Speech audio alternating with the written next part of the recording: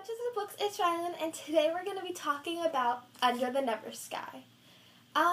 If you haven't read this book, it's futuristic sci-fi. It's about a girl named Arya who gets thrown from her home kind of into the wild, and she has to, survive it, and she makes new friends, and she finds out a little bit more about herself. It's very adventure-y and kind of a little fantasy in there, and a little bit of romance. So definitely a great book. I recommend it to anybody who's into any of that stuff. So yeah, that's all for the non-spoiler. Buy it, read it, come back, and we'll talk about it then. The spoilers.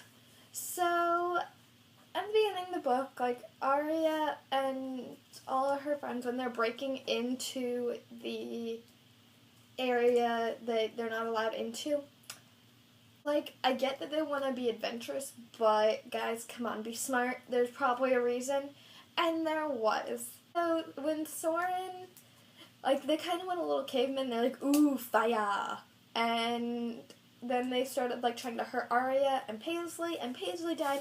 But Perry saved Arya, and it was oh my god, love interest. But then Perry left Arya alone, hoping that someone find her, even though he didn't really know. He kind of ran off back to Talon, who then wound up being kidnapped semi-cause of Perry's actions, or at least that's what Perry thought. We all know that's not true.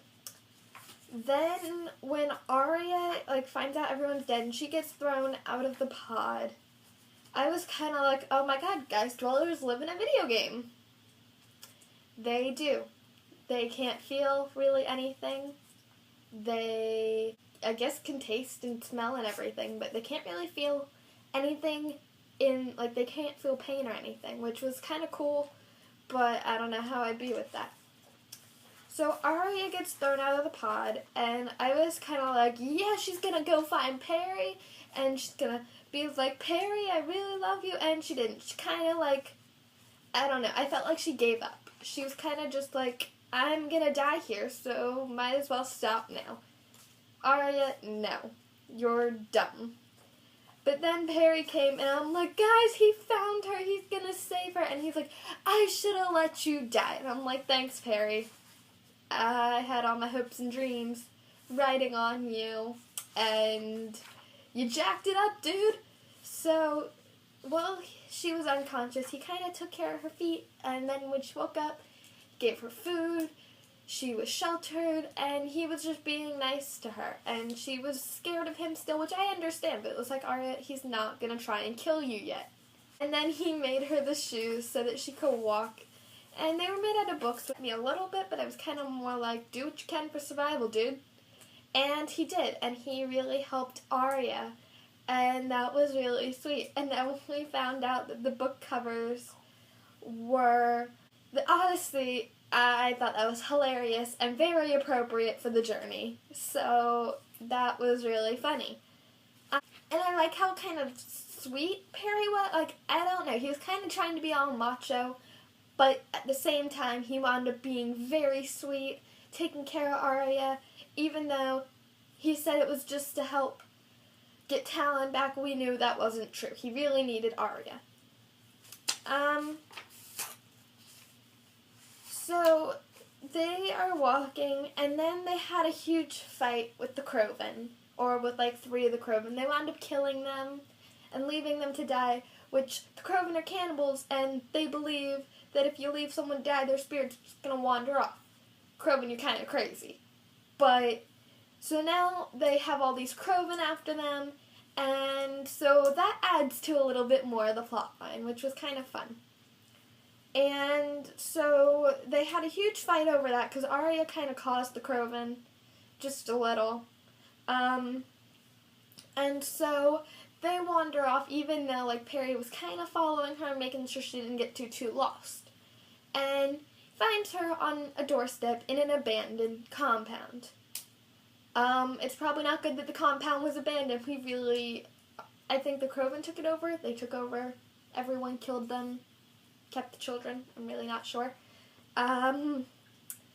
But Arya's kind of like, you should just leave me here, have the smart eye, because she really wanted him to get Talon back. She felt bad for him. And she's like, just leave me, I'm dying. And he's like, it's okay, your feet are bleeding, you're gonna live. And she's like, no, it's not just my feet. And he had to explain the whole first blood thing. That was kind of creepy. I don't think I'd be okay with a guy explaining that. So they have another small fight, but then he finds her, like, a coat and shoes, like sturdy boots to wear. And he was being all sweet. But so, they're eating, and she hears something, and she's like, or Perry smells something, and she's like, is it the Krogan? Are they after us? Are they gonna come kill us? And she's like freaking out, and he's like, no, it's Roar. And Roar comes, and I love Roar, oh my god, and he has Cinder with him, which I can't decide if I like Cinder. I think I like him. But he needs to, like, he can't control his powers, and I think he wants to be able to control his powers and control his temper if he really doesn't want to hurt anybody. He really is sweet and doesn't want to hurt anybody. But so there's Roar, and Roar just adds, like, a new, bright sense to everything. He just makes it kind of better. He's just sarcastic and witty and funny, and he knows what to say when the time is right. So, go Roar. And they're talking about Liv, and I felt bad that Roar lost Liv, like the love of his life. He can't find her. And I'm like, oh, Roar, I hope you find Liv, because I really, I like Roar. I want them to I want him to be happy. So, but I don't want him and Arya together. I like Perry with Arya. Even though I know they're both odd isles, it's like, oh, that'd be cute and, kind of funny, but no. So, they're going to Marin's compound, and they're almost there, and Cinder loses his temper, and burns Perry's hand. And Arya's, taking care of Perry in the middle of nowhere. She's like, we have to wrap it, and she's just being so careful, and she really doesn't want Perry to be hurt. She really feels bad that he's hurt. So I'm like, oh, that's so sweet. She's trying to make him feel better. And I'm like, oh, they're finally being in love. Kind of. So then they get to Marin's, and Arya is asleep. And Perry wakes her up, and he's like, I'm here. Marin wanted me to tell you. He said, you took so long. I thought the Krogan had gotten you. His eyes glinted with amusement. No wonder you were sleeping so well. And I'm like, thank you for the sarcasm. That really made this a little bit happier, I guess. I really don't know. I like the amount of sarcasm. Kind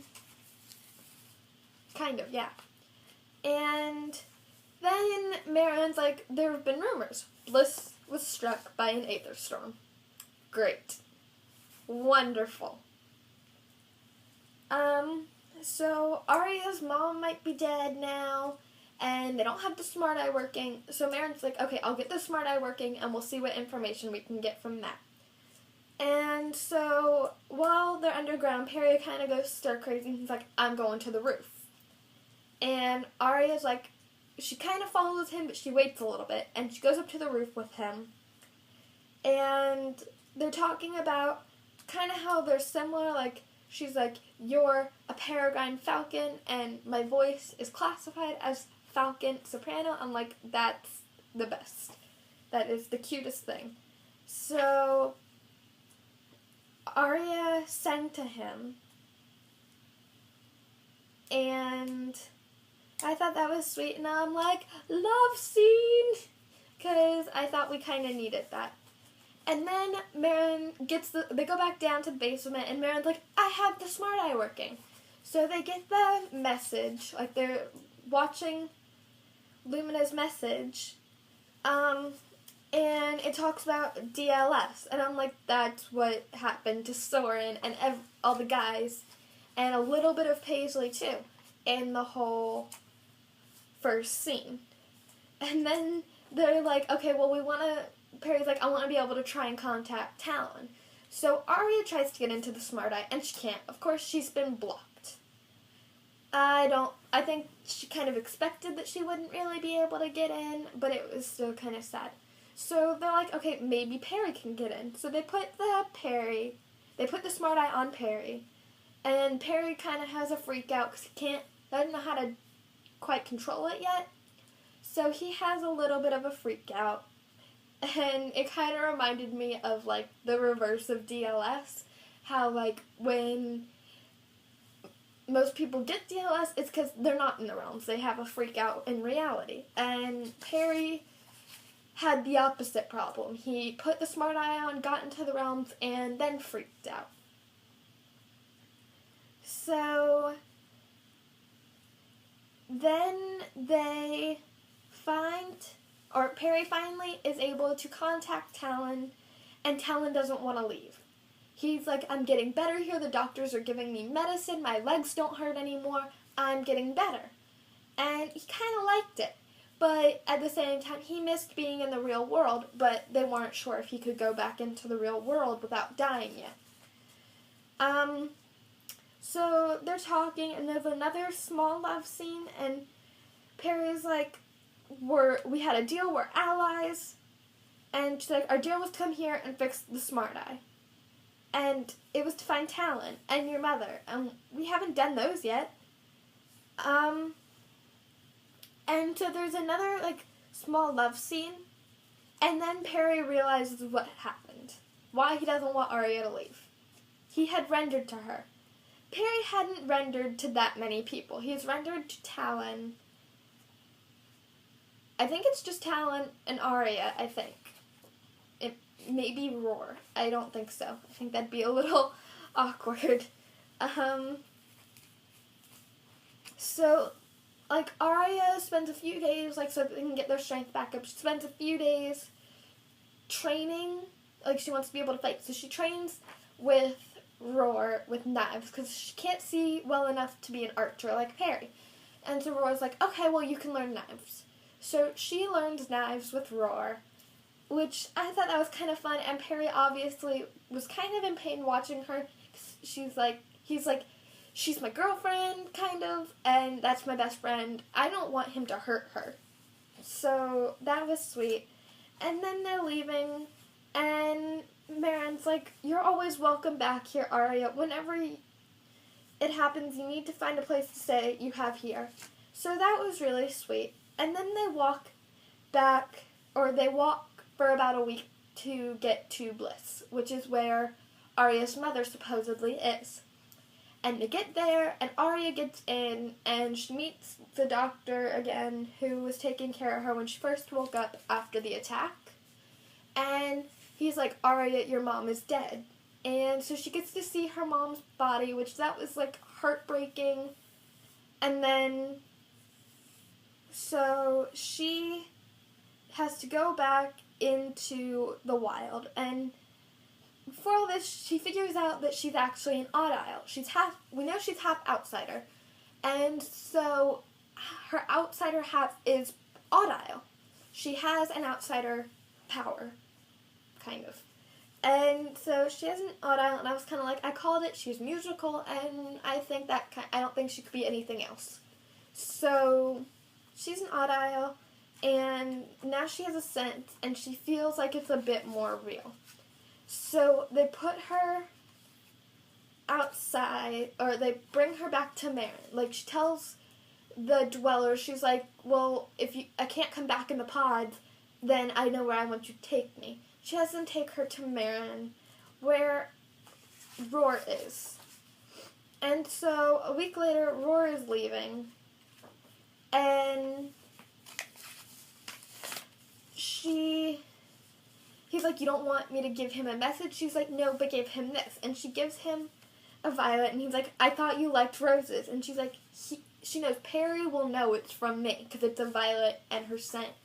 She knows that Perry will know. So that was sweet, and then we get to 2 weeks, it flashes forward to 2 weeks later, and she's cooking a rabbit that she caught. Outsider skills. Yeah, go Arya, you're kind of badassy now. And she hears something, and so she shot into the darkness, letting her ears guide her. She followed the crunch of his feet on stone, the small twigs coming faster and louder. His walk became a jog then a run. It's Perry, guys. Perry's back, and now they can finally be in love. And that was the end of this book, and I know there are 2 more. I can't wait to read them. I loved this one, so I think the next 2 books I read will be the next 2 books in this series. So tell me if you liked it. Also in the comments, what would you rather be an outsider or a dweller? And what outsider power would you rather have? I think I would rather probably, in all honesty, I might want to be an outsider because being a dweller, it seems a bit boring, just a little. Like, I would go stir crazy, I can't sit still, and I know to them it's not like sitting still, but I can't sit still. And I think I would have to be an odd owl. Like, the Skyer thing, that's kind of creepy, and the seer, I have horrible eyesight. In all honesty, I think I'd be an odd owl. So, tell me what you think in the comments. I hope you will join me next time.